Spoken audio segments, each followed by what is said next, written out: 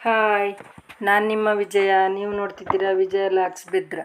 ನಾನಿವತ್ತು ಒಂದು ಬಿಸ್ಕೆಟ್ ಮಾಡುವ ಅಂತಿದ್ದೇನೆ. ಅದಕ್ಕೆ 1 ಕಪ್ಪು ಮೈದಾ ಹಿಟ್ಟು ತಗೊಂಡಿದ್ದೇನೆ. ಹಾಗೆ 1 ಕಪ್ಪು ಹಾಲಿನ ಪೌಡ್ರ್ ತಗೊಂಡಿದ್ದೇನೆ. ಅದಕ್ಕೆ ಅರ್ಧ ಕಪ್ಪು ತುಪ್ಪ ತಗೊಂಡಿದ್ದೇನೆ.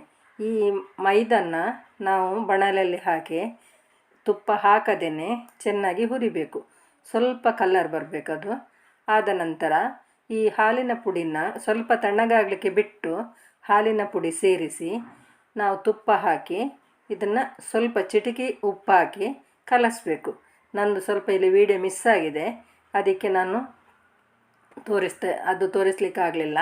ಈಗ ನೋಡಿ, ಇದನ್ನು ಅರ್ಧ ಗಂಟೆ ಕಲಸಿಟ್ಟಿದ್ದೇನೆ. ಇದನ್ನು ತುಪ್ಪ ಹಾಕಿ ಸ್ವಲ್ಪ ಉಪ್ಪು ಹಾಕಿ ಸ್ವಲ್ಪ ಕಲ್ಲರ್ ಹಾಕಿ ಅದನ್ನು ಸ್ವಲ್ಪ ನೀರು ಹಾಕಿ ಕಲಸಿಟ್ಕೊಂಡಿದ್ದೇನೆ. ತುಪ್ಪ ಅರ್ಧ ಕಪ್ಪು ಹಾಕೋದ್ರಿಂದ ನಾವು ಹೆಚ್ಚು ನಮಗೆ ನೀರು ಹಿಡಿಸುವುದಿಲ್ಲ, ಹಾಗಾಗಿ ಸ್ವಲ್ಪ ತುಪ್ಪ ಹಾಕ್ಕೊಂಡು ಕಲಸಿದ್ದೇನೆ. ಇದನ್ನು ಸ್ವಲ್ಪ ಚೆನ್ನಾಗಿ ನಾದಬೇಕು. ನಾದಿ ನಾವು ಉಂಡೆ ಕಟ್ಟಿಕೊಳ್ಬೇಕು.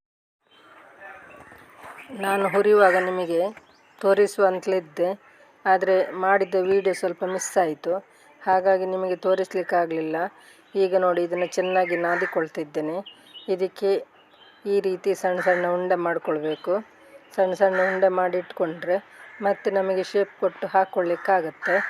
ನೋಡಿ, ಈ ರೀತಿ ಚಟ್ಟೆ ಮಾಡ್ತಾಯಿದ್ದೇನೆ. ಹೀಗೆ ಒಂದು ಶೇಪ್ ಹೀಗೆ, ಮತ್ತು ಅದನ್ನು ಬೇರೆ ಶೇಪ್ ನಾವು ಮಾಡ್ಕೊಳ್ಬಹುದು.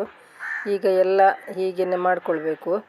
ನೋಡಿ, ಈಗ ನಾನು ಮಾಡಿ ಆಗ್ತಾ ಬಂತು, ಇನ್ನು ಸ್ವಲ್ಪನೇ ಇದೆ.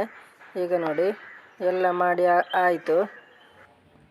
ಈಗ ಗ್ಯಾಸ್ ಹಚ್ಕೊಂಡೆ. ಈಗ ತವ ಇಟ್ಕೊಳ್ಳೋಣ. ನೋಡಿ, ತವ ಬಿಸಿ ಆಗಬೇಕು. ತವ ಇಟ್ಕೊಂಡೆ, ಅದು ಬಿಸಿ ಆಗಲಿ. ಈಗ ಎಣ್ಣೆ ಹಾಕ್ಕೊಳ್ಳೋಣ. ಎಣ್ಣೆ ಯಾವ ಎಣ್ಣೆನೂ ಆಗ್ತದೆ, ಅಡಿಗೆ ಎಣ್ಣೆ. ಆದರೆ ನಾನು ತೆಂಗಿನ ಎಣ್ಣೆ ಹಾಕ್ಕೊಂಡಿದ್ದೇನೆ.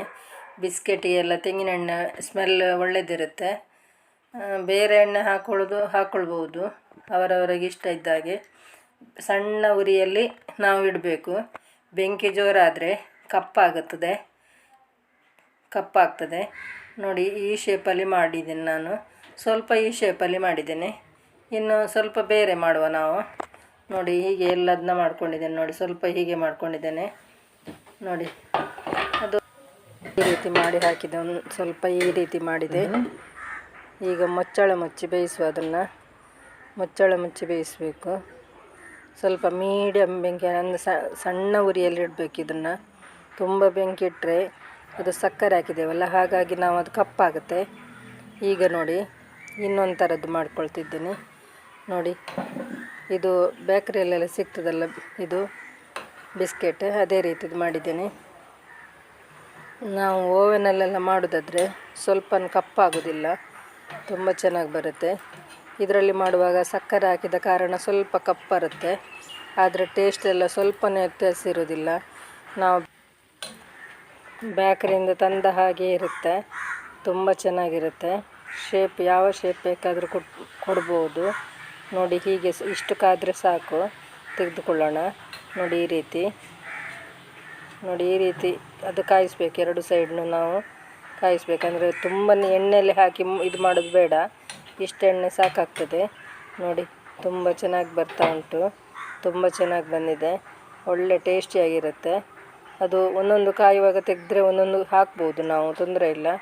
ನೋಡಿ, ಹಾಗೆ ಹಾಕ್ಕೊಂಡ್ರೆ ಒಂದು ಜಾಗದಲ್ಲಿ ಹಾಕ್ಕೊಂಡು ಇದು ಕಾದದನ್ನ ತೆಗಿಬೋದು ನಾವು. ಹಾಗೆ ತೆಗೆದು ಮಾಡ್ಬೋದು. ನಿಧಾನ ಉರಿಯಲ್ಲಿ ನಿಧಾನ ಬೆಂಕಿಯಲ್ಲಿ ಮಾಡಬೇಕು ನಾವು. ಈಗ ಎಲ್ಲ ಆಯಿತು ನೋಡಿ.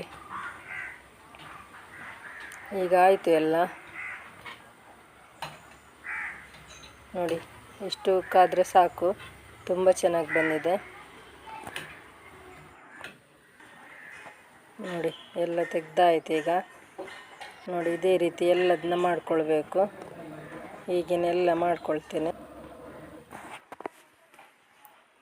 ನೋಡಿ, ತುಂಬ ಚೆನ್ನಾಗಿ ಬಂದಿದೆ. ಬಿಸ್ಕೆಟ್ ಬೇರೆ ಬೇರೆ ಥರದ ಬಿಸ್ಕೆಟ್ ಮಾಡ್ಬೋದು.